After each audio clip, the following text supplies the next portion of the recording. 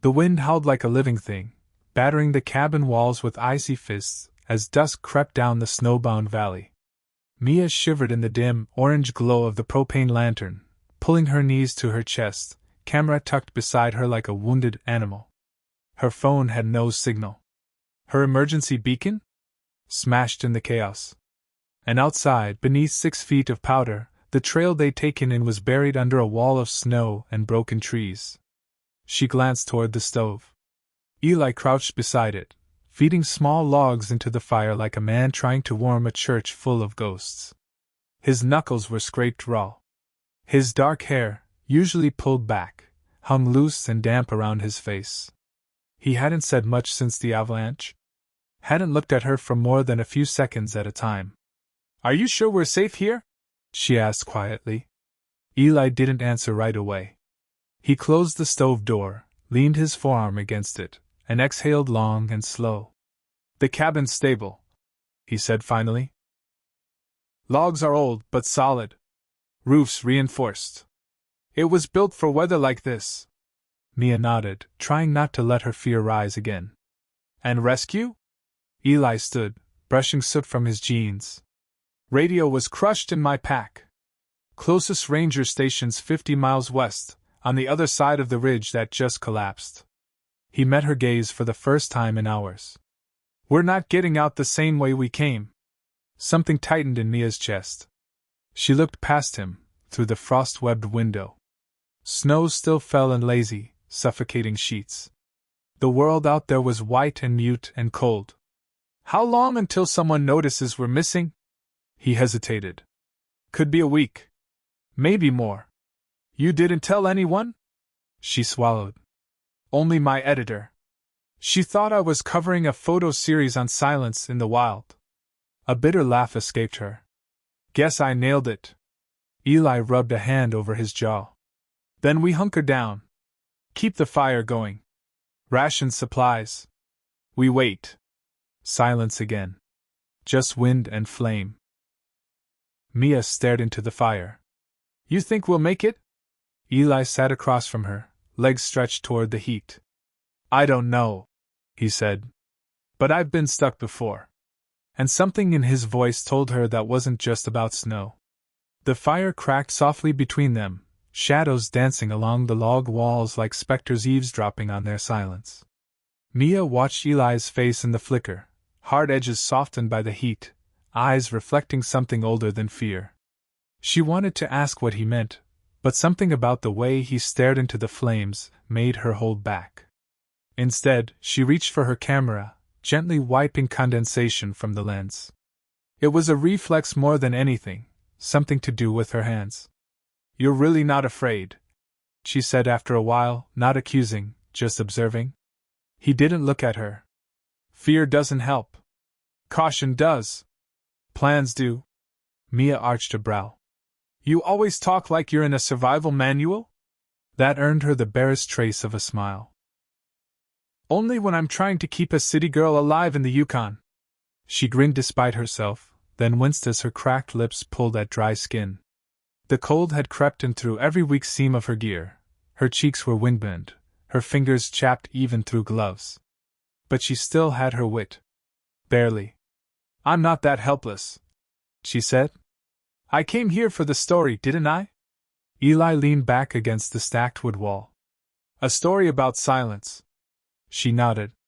"Wanted to photograph what it feels like to be completely cut off. The kind of quiet that presses in until it's almost loud."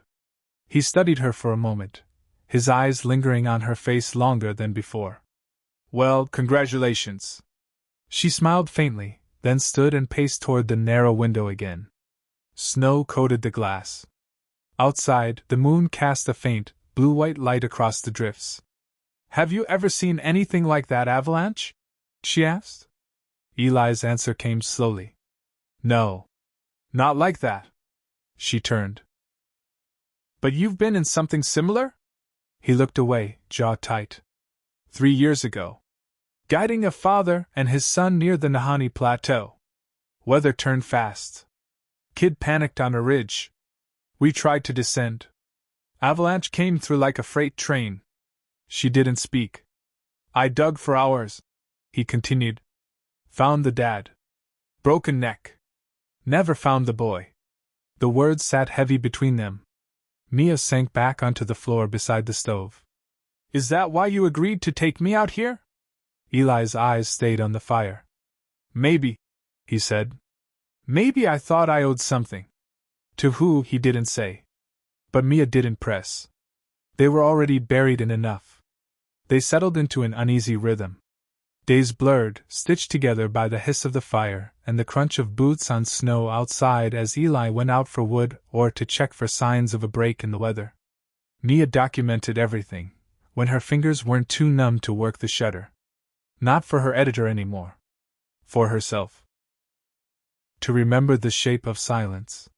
The look of a man unraveling and holding himself together all at once. One afternoon, while Eli reinforced the window shutters with scavenged nails and strips of canvas, Mia sat on the edge of the cot, sorting through her backpack. Most of her gear was wet or broken. But tucked into a dry pouch, she found a pack of Polaroid film and her old instant camera, something she'd brought on a whim for 5 shots, as her editor would have called them. She snapped a shot of Eli as he hammered at the wood, snow dusting his shoulders, jaw clenched in focus. The picture whirred out, and she shook it gently, letting the ghost of the moment come alive. When he glanced back and saw her holding it, he paused. You're still taking pictures? He asked. Always, she said. It's how I process things. He looked at the photo, his face half caught in a blur of motion. Thought you'd be conserving power. No batteries in this one. Old school. She held up the camera with a grin. Survival of the analog. He chuckled, a rare sound, rough and low. You're strange. So I've been told. That night, as the wind quieted for the first time in days, they cooked the last of the canned stew. The firelight danced across Eli's face as he ate in silence. Mia sat cross-legged near him, nursing her bowl, the scent of smoke clinging to everything. You ever think about what you'll do after? She asked. He didn't answer right away. Sometimes, he said. I think about building something off-grid. Nothing big. A cabin. Somewhere deep. Simple. Quiet. She tilted her head. Sounds lonely. Eli looked up. Not if the right person's there. The words caught her off guard. For a moment, she couldn't breathe. He returned to his stew, like he hadn't just dropped a stone into still water. She set her bowl down, unsure how to reply. In the end, she didn't. Not yet. But later, when they lay in separate sleeping bags on opposite sides of the room, Mia whispered into the dark. I wouldn't mind staying quiet, with someone like you. She didn't think he'd heard. But minutes later he whispered back. Me either. The next morning, the storm broke. It was subtle at first, the hush after days of relentless wind, the way the cabin no longer creaked like it was alive. Mia opened the door to a world muted not by noise, but by calm. The sky had softened to a pale, impossible blue. No more flurries, no more whiteout. Just the vast, undisturbed stillness of the backcountry. She stepped outside, boots sinking into the fresh powder. Her breath came in clouds. The snow glittered beneath the rising sun like crushed diamonds. Eli emerged behind her, silent as always, scanning the ridgelines. Well? She asked, voice low. He adjusted his parka hood and looked toward the collapsed slope that had sealed their path. Still too dangerous to try and climb out that way. The rest of the valley's a risk too. We'd need a clear pass or we'd be walking into another trap. Mia nodded. But maybe someone will come now. Maybe they'll fly over. Eli shrugged. If the weather holds. They spent the rest of the day checking their supplies. Rationing had kept them in decent shape, barely. 2 days of food left, a trickle of fuel for the stove. The next snowfall might bury them for good. Later, as dusk turned the sky lilac, Mia watched Eli repair a snowshoe strap with surgical precision, his fingers moving like he didn't feel the cold.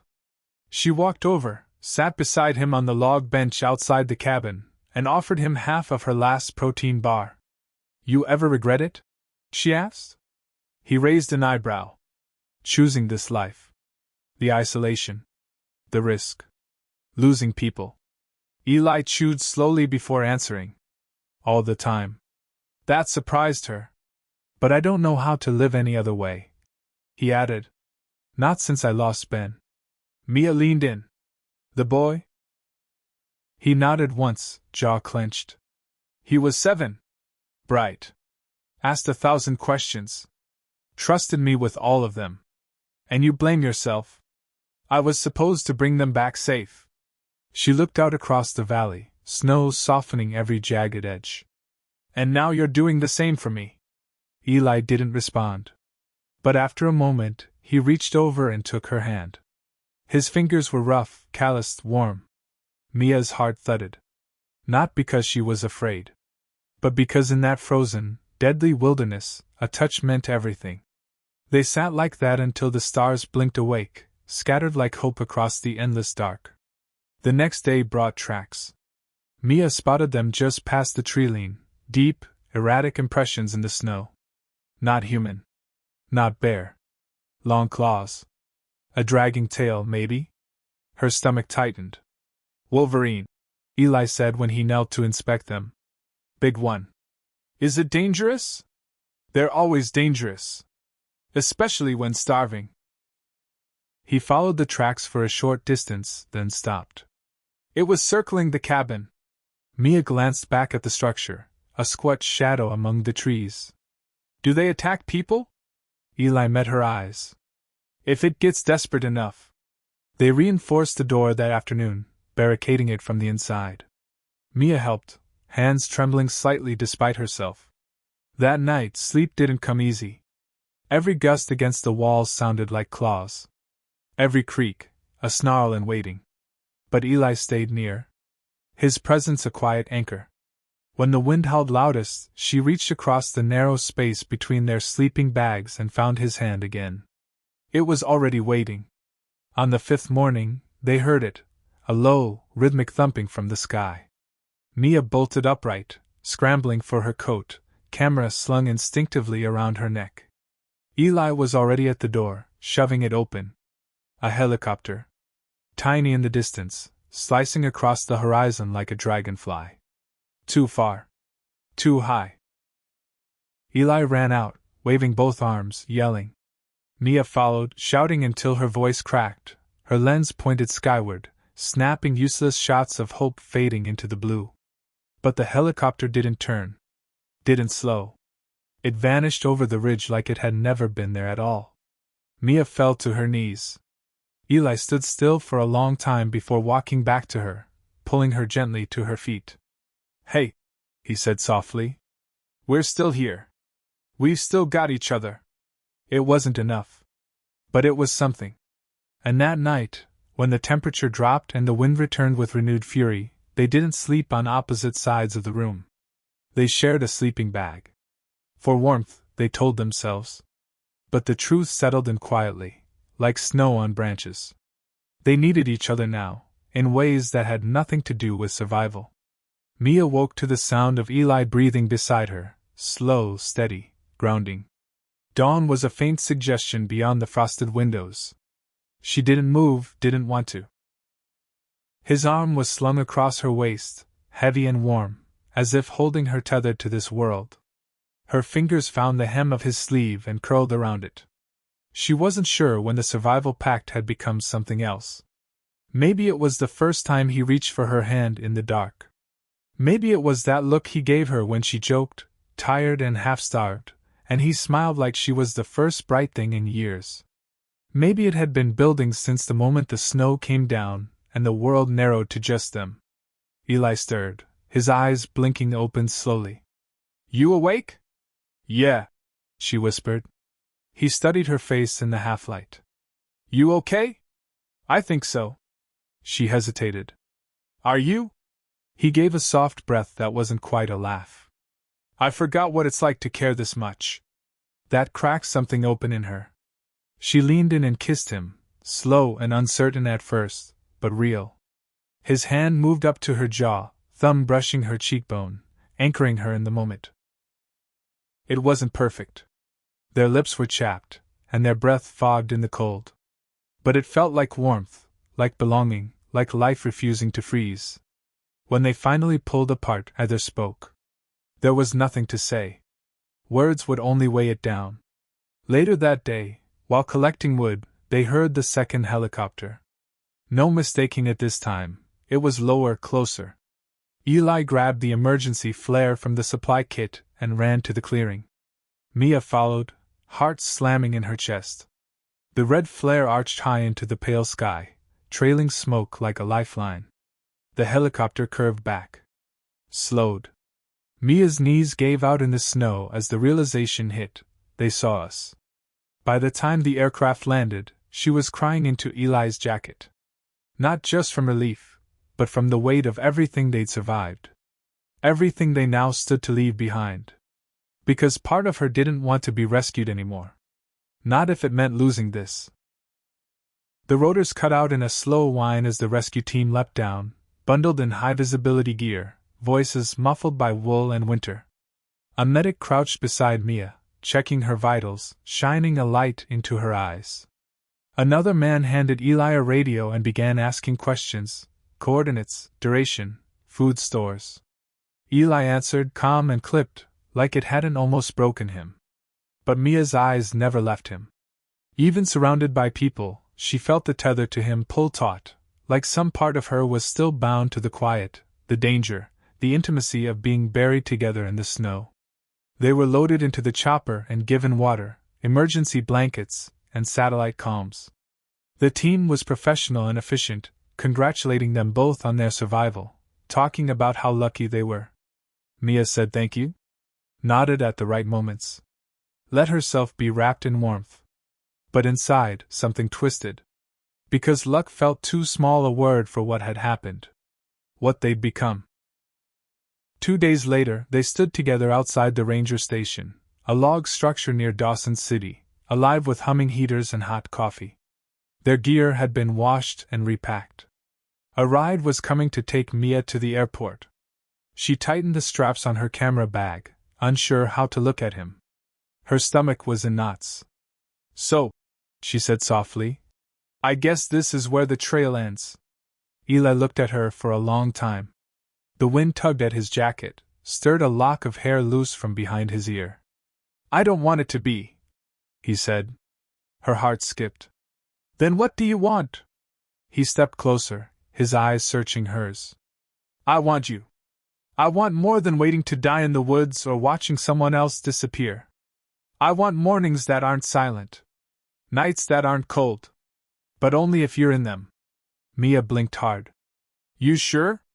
I mean, I talk too much, I drink too much coffee, and I'll probably take 100 pictures of your breakfast. Eli smiled. You took pictures of a snowstorm and made me feel alive again. You can photograph my pancakes.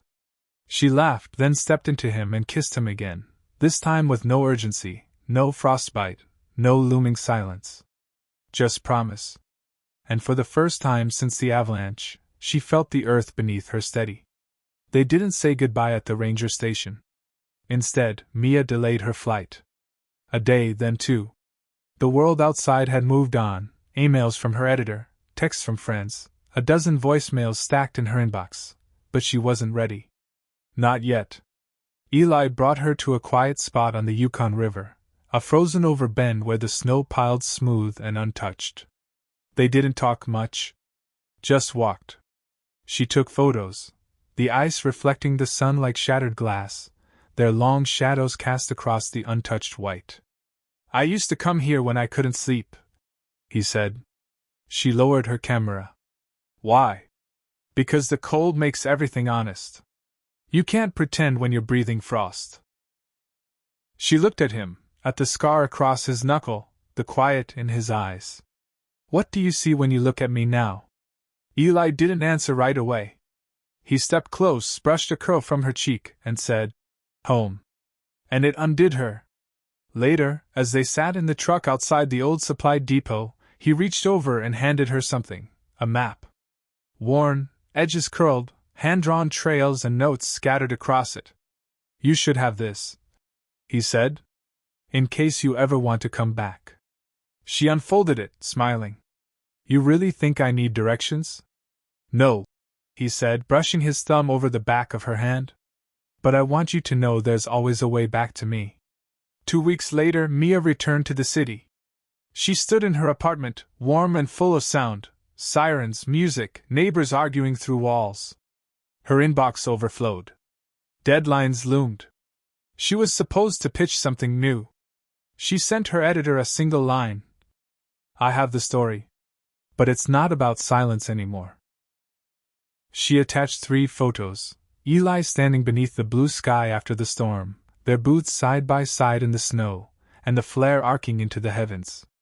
Then, after a long pause, she texted Eli a single word. Soon. And she knew he'd wait. Because survival had taught them something real. Not every rescue comes from the sky. Some come from each other. 3 months later, Mia stood on the balcony of her apartment in Vancouver, wrapped in a blanket that did nothing against the wet spring wind. Her coffee had gone cold. The sky was gray again. The city was always too loud now. Honking cars, construction, someone arguing through the wall. She'd never noticed how exhausting it all was until she'd come back from silence. The avalanche zone hadn't left her.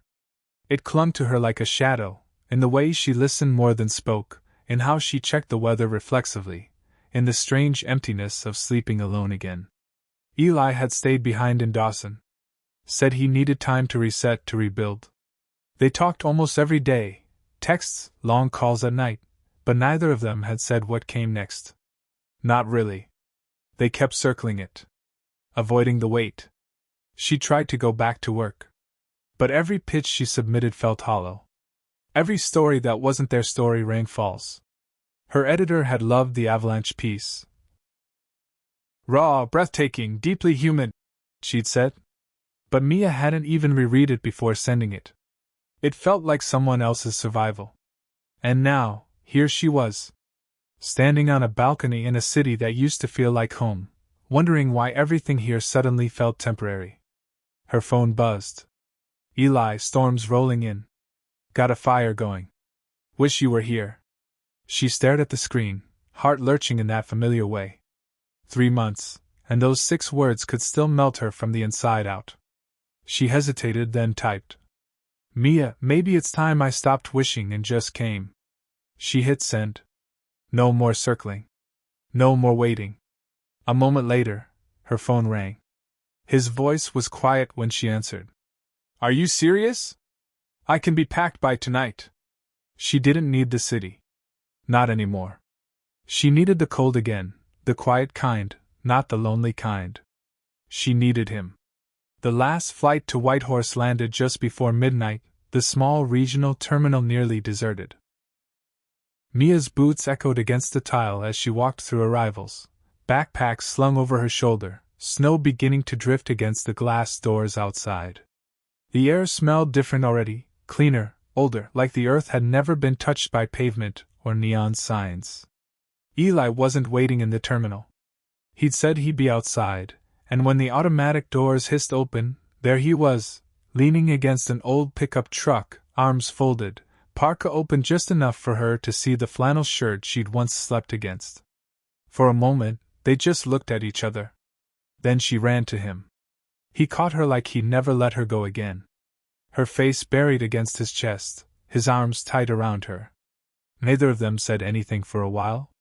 The wind moved around them, but inside the circle of that embrace, the world was still. I wasn't sure you'd actually come, he murmured, breath warm against her hair. I wasn't sure either, she whispered.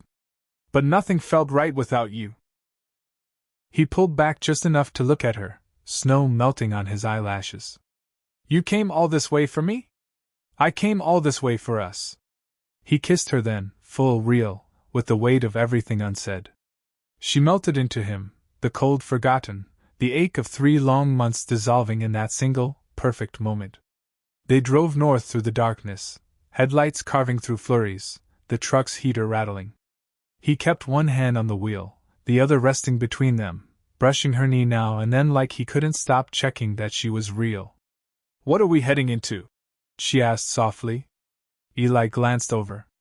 I bought the land. She blinked. What land? The ridge above where the avalanche hit. The old trapper's route. I'm going to build a real cabin. For good. Her breath caught. Just you? He smiled faintly.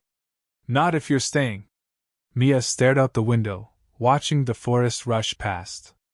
I didn't pack for a weekend, she said. And this time, they didn't need to say anything more. By sunrise, they were deep in the Yukon backcountry, the truck bumping along a narrow logging road, tires cutting through weeks of untouched snow. Pines flanked them in silence. Ravens circled above, their calls sharp in the crisp air. Mia leaned her head against the window, watching the frost form delicate feathers along the glass. Every bend in the road felt like a memory waiting to resurface.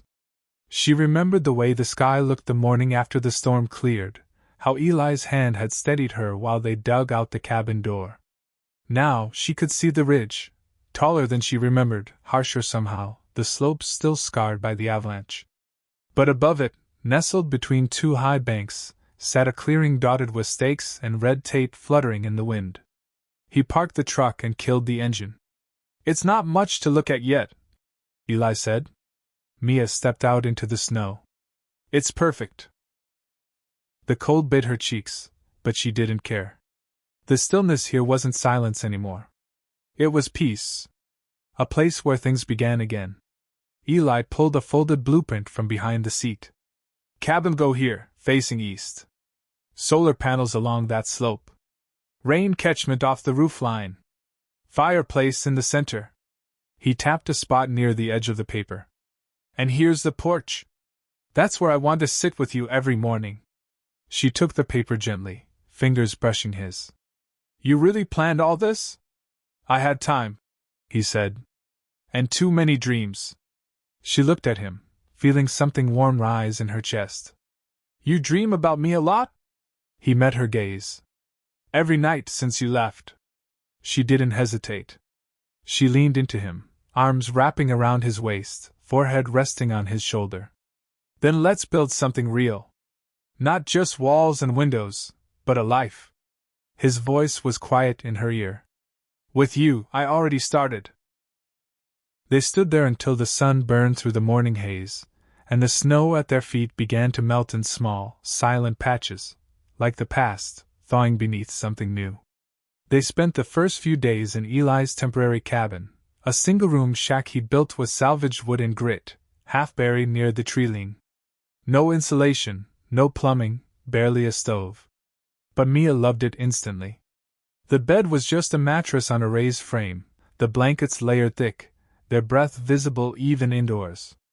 At night they huddled close beneath the covers, her legs tangled with his, her body flush against the warmth of him. It wasn't about seduction anymore. It was about safety. Home. The heartbeat in his chest against her back when the wind howled outside. Mornings came early. Eli woke at first light, chopping wood, boiling snow for water, showing her the small rituals of life out here. Mia followed, camera sometimes in hand, sometimes forgotten. She had begun documenting again, but not for work, for them. A visual journal of this in-between place. The transition from survival to something deeper. On the fourth night, they sat cross-legged on the floor beside the fire. He was sketching measurements in a notepad. She was curled in one of his old sweaters, sipping tea from a dented metal mug. I never asked, he said, glancing up. What did you tell people when you left? She smirked. My editor thinks I needed a wilderness reset. My friends think I met someone in the snow and went feral. His mouth twitched. Not entirely wrong. She looked at him. Does this scare you? Me being here? Us doing this? Eli leaned back, considering the question. The avalanche scared me. Losing you scared me. This? He reached out, brushing his thumb along her cheek. This is the only thing that doesn't. Mia leaned forward and kissed him softly. I want to stay. You already are. No, she said more firmly. I mean for real. I want to help you build the cabin. Live here. Learn everything. The quiet, the cold, the hard stuff. Eli's hand curled around hers. Then we'll build it together. And in that flickering warmth, beneath the weight of stars and timber and memory, Mia felt it anchor inside her, the truth that sometimes, the place you survive becomes the place you belong. Spring arrived in fits and starts. The snow didn't vanish so much as retreat, melting in stubborn patches, leaving behind deep mud, swollen creeks, and the sharp scent of thawed earth. Birds returned cautiously, their songs tentative, in the crisp mornings. And with the change came work. Real work. Eli handed Mia a pair of worn gloves and a hammer. Today, we framed the foundation. She stared at the raw beams laid out beside the clearing, shoulders tense. I thought I'd just, take pictures. Supervise. Make coffee. He grinned. You want this life? I do. Then we start with the bones. And so they did. Day by day, they worked side by side, cutting timber, driving stakes, learning when to speak and when silence was enough. Mia's body ached in ways she never imagined. Her hands blistered. Her muscles burned.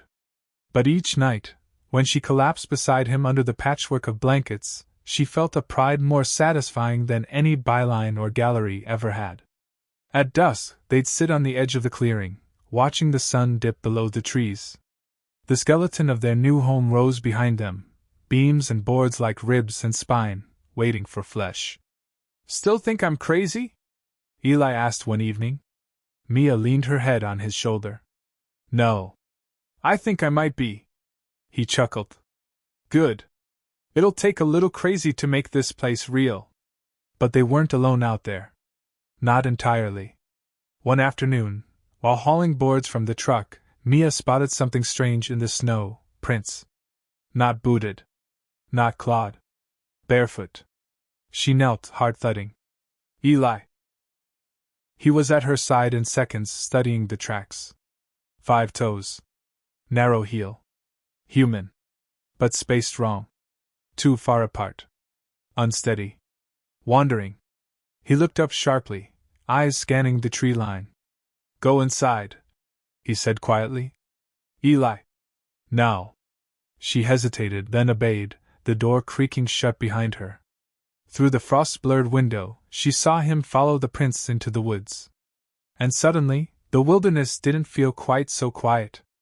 Mia paced inside the cabin, every creak of the floorboards louder than the last. The silence outside had shifted. It was no longer serene, it was expectant, like the forest was holding its breath. She pressed her face to the cold glass and scanned the edge of the trees. No sign of Eli.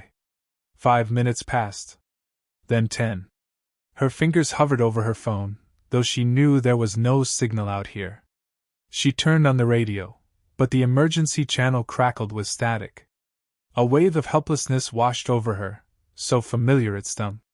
She remembered the avalanche. The days of not knowing. The dread of losing someone in the snow. And now it was happening again. Then she heard it, the soft crunch of boots outside. She rushed to the door and yanked it open. Eli emerged from the trees, jaw tight, snow clinging to his pants. His shoulders were squared, his expression unreadable. Mia ran to him. What was it? Did you see anyone? He paused at the bottom of the steps, eyes flicking to the surrounding woods. There was someone, he said. Male. Mid-30s, maybe. No shoes. Clothes torn up. He was out of it. Mia's stomach dropped. Was he hurt? No visible injuries. But he wouldn't answer me. Just kept walking. Muttering something I couldn't hear. She stared. A lost hiker? In this area? Off trail? No pack? No gear? Not this time of year. Eli rubbed his arms, unsettled. I tried to talk to him, but he bolted when I got close. He was barefoot in the snow. He didn't even flinch. Mia's voice dropped. That's not right. No. It's not. They went inside together, bolting the door behind them. That night they sat close by the fire, the warmth unable to chase away the chill creeping into the corners of the cabin. There's something else, Eli said, voice low. I found carvings. In the trees. Symbols. Mia's breath hitched. Like the ones near the old trapper's cabin? He nodded. Neither of them said what they were thinking. They'd survived the avalanche. The cold. The hunger. But some things that walked barefoot through snow and left no breath in the air, belonged to the wilderness. And the wilderness hadn't forgotten them. The next morning, Mia woke to find Eli already gone. She dressed fast, stuffing herself into her winter layers, and stepped outside.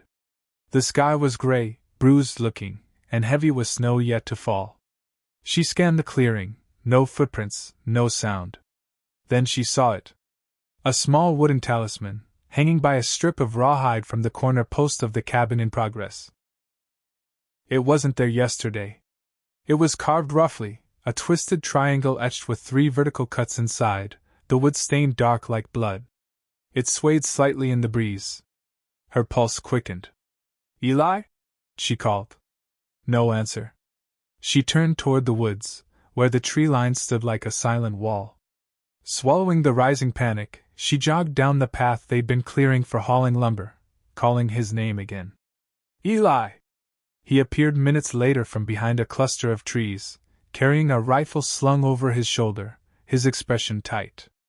I was checking the ridge, he said. Didn't mean to scare you.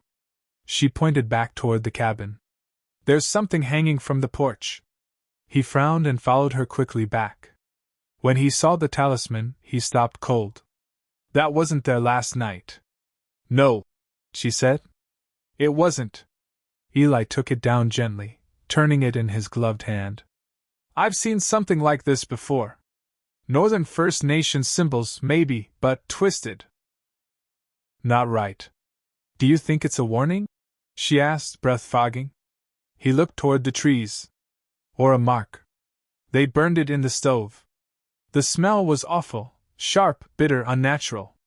Even after the smoke cleared, it lingered in the walls like something trying to stay. That night, Mia dreamed of the snow again. Not the avalanche. Something older. A shape moving beneath it, long and slow, as if it had always been there, watching. When she woke, Eli was sitting upright in bed, his eyes open. You felt it too? She whispered. He nodded. Something's coming. Outside, snow had begun to fall again. But this time, it didn't feel like weather. It felt like a veil being drawn. The snow fell differently now. Not in flurries or gusts, but in slow, deliberate sheets, heavy flakes that seemed to muffle the world more than they should, as though sound itself hesitated to move. It piled fast, blanketing the trees in a suffocating hush. By noon, the light had gone strange. Too dim for the hour, almost blue. Eli didn't say it aloud, but Mia saw it in the way he kept checking the tree lean, how his hand stayed near the rifle even inside. There was tension in him again. Not the kind that came from building or bracing against cold. This was the kind that came before something broke.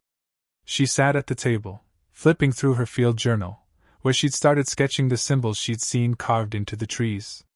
She stopped at one, 3 lines slashing through a circle, and traced it absently. Eli watched her. That one, he said. That was behind the cabin. On a birch tree. Mia looked up. When? The day after you got here. Her stomach sank. Why didn't you say something? I didn't want to scare you. I thought maybe it was old. Maybe just weird trail marker stuff. She stood, grabbed her coat. Show me. He hesitated, then nodded. They strapped on snowshoes and headed into the trees, their tracks vanishing almost as soon as they made them. The forest had never felt this quiet. Even the ravens were gone. They reached the birch. The mark was still there, etched deep into the pale bark. But beside it now, another carving. Fresh. A single line, vertical, with 2 shallow cuts branching from the base. Crude. Intentional. Eli swore under his breath. What does it mean? Mia asked. I don't know, he said. But it's new. As they turned to leave, she caught movement in her peripheral vision. A shape. Pale. Tall. Still. She spun, but it was gone. The trees were empty. Did you see that? She whispered. Eli's hand was already on the rifle. We need to go. They moved fast through the trees, breath ragged, snow crunching loud underfoot. But even as they reached the clearing, Mia felt it. Something had followed them. And it hadn't needed to leave tracks. They didn't speak when they got inside. Eli bolted the door, slid the dresser in front of it. Mia added wood to the stove with shaking hands, watching the flames flare too bright, then settle. The cabin felt smaller now. Like the walls were listening. Outside, the snow had thickened into a white curtain. Visibility, near zero. Eli leaned the rifle against the wall, then sat beside her on the floor. You saw it too, he said quietly. She nodded. It wasn't an animal. No, he agreed. And it wasn't a man either. They sat in silence, the fire popping softly. Mia stared at the marks on her journal page. What if this is more than bad luck? More than isolation or some drifter in the woods? Eli didn't answer. Instead, he stood, opened a bin near the bed, and pulled out a worn leather notebook. Its cover was cracked and water-stained, the pages yellowed. This belonged to a trapper who built the first cabin here, he said. I found it last fall, buried under floorboards at the old site. I didn't want to believe it then. He handed it to her. Inside were scribbled entries, nearly illegible in places. But some words stood out. Voices in the trees. Eyes that never blink. The snow remembers. She walks with bare feet and no breath. Mia's throat tightened. Eli. He nodded.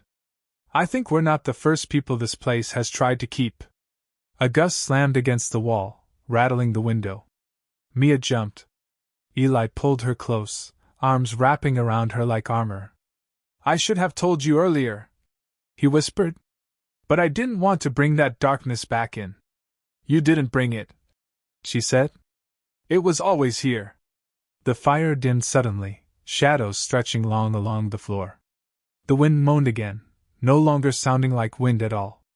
It sounded like words. Mia turned slowly toward the door. Outside, something scraped across the porch. Slow. Deliberate. Like fingernails on wood. They weren't alone. And whatever was out there, it knew their names. Mia stood, heart hammering, staring at the door like it might split in two. The scraping came again, long, steady. Wood against wood. Or bone. Eli moved fast and silent, pulling her behind him as he grabbed the rifle and checked the chamber. Stay close to me. A thump. Just once. Something heavy had landed on the porch. Mia whispered. Do we open the door? No, Eli said. If it wants in, we'll know soon enough. The fire sputtered again. Then the voice came. Not from outside. From the chimney. Let me in. It wasn't a shout or a scream, it was soft, like breath against the back of the neck. Feminine. Familiar. Mia's blood froze. It sounded like her mother's voice. Eli's grip on the rifle tightened. Don't listen to it. The voice came again. Mia, it's cold. Open the door, sweetheart. She blinked, heart slamming against her ribs. She died 5 years ago, she whispered. I know. Then how does it know? I said don't listen. But it was too late. The door creaked inward. Not opened. Bent. The top frame cracked audibly, like the cabin was exhaling. Snow swirled in through the widening gap, riding a wind that smelled like rot and ash. Mia backed away. The fire flared unnaturally high, throwing orange light across the walls. Shadows danced like they had weight. And something stood on the porch. Tall. Thin. Skin the color of old wax. No shoes. No eyes. But Mia recognized the shape. The posture. It was her. Or something wearing her shape. Eli raised the rifle. Get behind me. No, Mia said. It wants me. It came for me. The thing stepped forward, and stopped just short of the threshold. Eli grabbed a burned stick from the stove, part of the talisman they'd destroyed. He held it up, hand shaking. "You're not welcome here." The thing hissed. No mouth moved, no breast stirred, but the sound came anyway. Then it vanished. Just gone. The wind died. The door, warped and cracked, stopped moving. Mia collapsed to her knees, shaking. Eli dropped the stick and sank beside her, holding her tightly. "We need to leave," she gasped. "We need to get out." But Eli's voice was calm, cold, distant. "It's not just out there anymore." He looked around the cabin, eyes dark. "It's here." They didn't sleep that night. The fire was kept alive by sheer will, logs fed in until none remained. Every creak in the cabin made them flinch. Every whisper of wind sounded like that voice. The shadows no longer felt like tricks of light, they watched. By dawn, the storm had stopped, but the sky hadn't cleared. Everything was pale and washed out, the kind of light that flattened the world. Lifeless. Hollow. Mia stood at the window, staring at the woods, arms wrapped around herself. "I came here for something real," she said softly. "And now it feels like I brought something else back." Eli stepped beside her, his jaws set. "It was here before us. Maybe before anything. But it doesn't get to keep us." She looked at him, tired and aching and still somehow full of love for him. "Then what do we do?" "We finish the cabin," he said. "We finish what we started. We build something that pushes back." Mia blinked. "You want to stay?" Eli nodded. "Not because I'm not scared. Because I am. But if we run now, it'll follow." Mia looked at him for a long moment. Then she kissed him, slow, deep, like she was anchoring them both to something solid. "All right," she said. "Then let's build a home the snow can't swallow." They tore down the warped door and rebuilt it. They blessed the threshold with cedar and ash. Mia painted symbols over the windows, not to mimic the old ones, but to overwrite them, to reclaim the space. And when night came again, they lit a fire and lay wrapped in each other, not to hide, but to endure. Because this place, the snow, the silence, the dark, was part of them now. It had taken their fear, their pasts, and tried to bury them. But it had failed. Mia had found something stronger than fear. And Eli had found someone worth surviving for. So when the wind whispered again, they listened. Then turned back to the fire. And held each other through the long, watching dark. The end.